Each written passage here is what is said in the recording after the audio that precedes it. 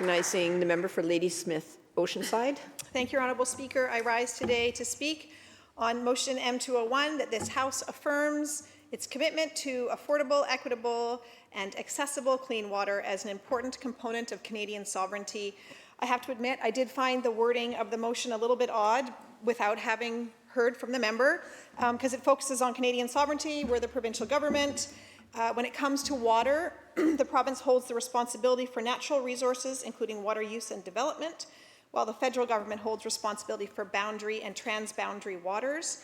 I have a bit of a better understanding now on the intent of the motion, and perhaps I would have chosen a different framing.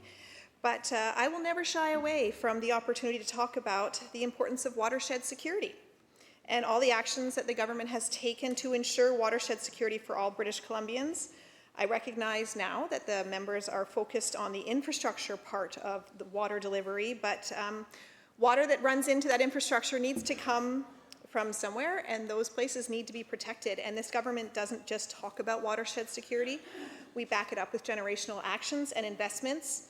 On March 6, 2023, the province of British Columbia and the BC First Nations Water Table jointly announced a $100 million investment from the province of British Columbia to establish the creation of an independent watershed security fund.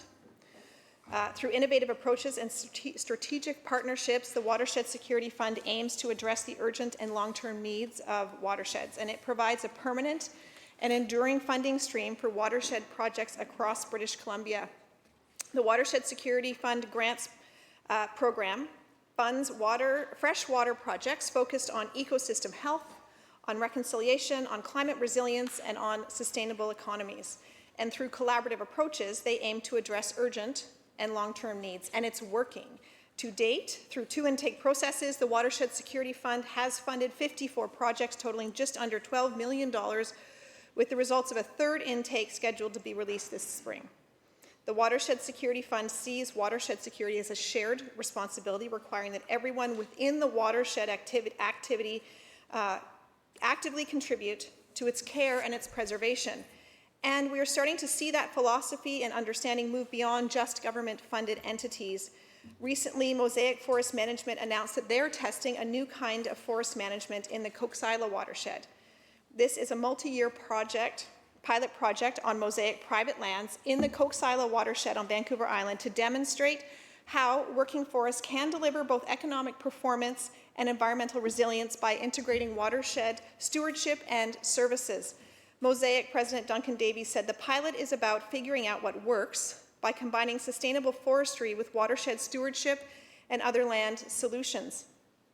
Mosaic's pilot reflects a trend amongst private timberland owners globally who are increasingly integrating watershed resilience, climate solutions, and community values into their land management and business models. But that's not just happening in private timberlands. Agreements and projects like these reflect BC's move towards climate resilience by recognizing the importance of integrating watershed management into forestry practices through the creation of forest landscape planning.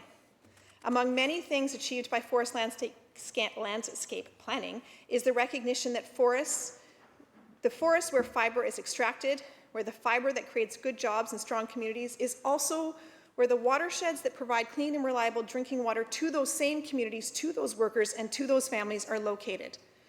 And because we know that communities depend on clean water, because this motion goes so far as to say that it is a matter of sovereignty, we know that we must align forest management to strategic land and water objectives, and that's what forest landscape planning does.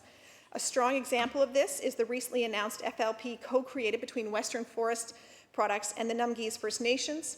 By recognizing that we need healthy forests for a sustainable future, the FLP for Tree Farm License 37 covers approximately 142,000 acres of the Numgis territory, which represents approximately 89% of TFL 37 on northern Vancouver Island. The draft plans were prepared under this government's forest landscape planning pilot program to support long-term forest health, climate adaptation, and a sustainable and secure forestry sector in the province. Moving to a model of healthy forests for sustainable futures is hard work, and it's transformational work, but it's work that's necessary to support the actions behind the words of motions like M201 that affirm the necessity of equitable and accessible clean water.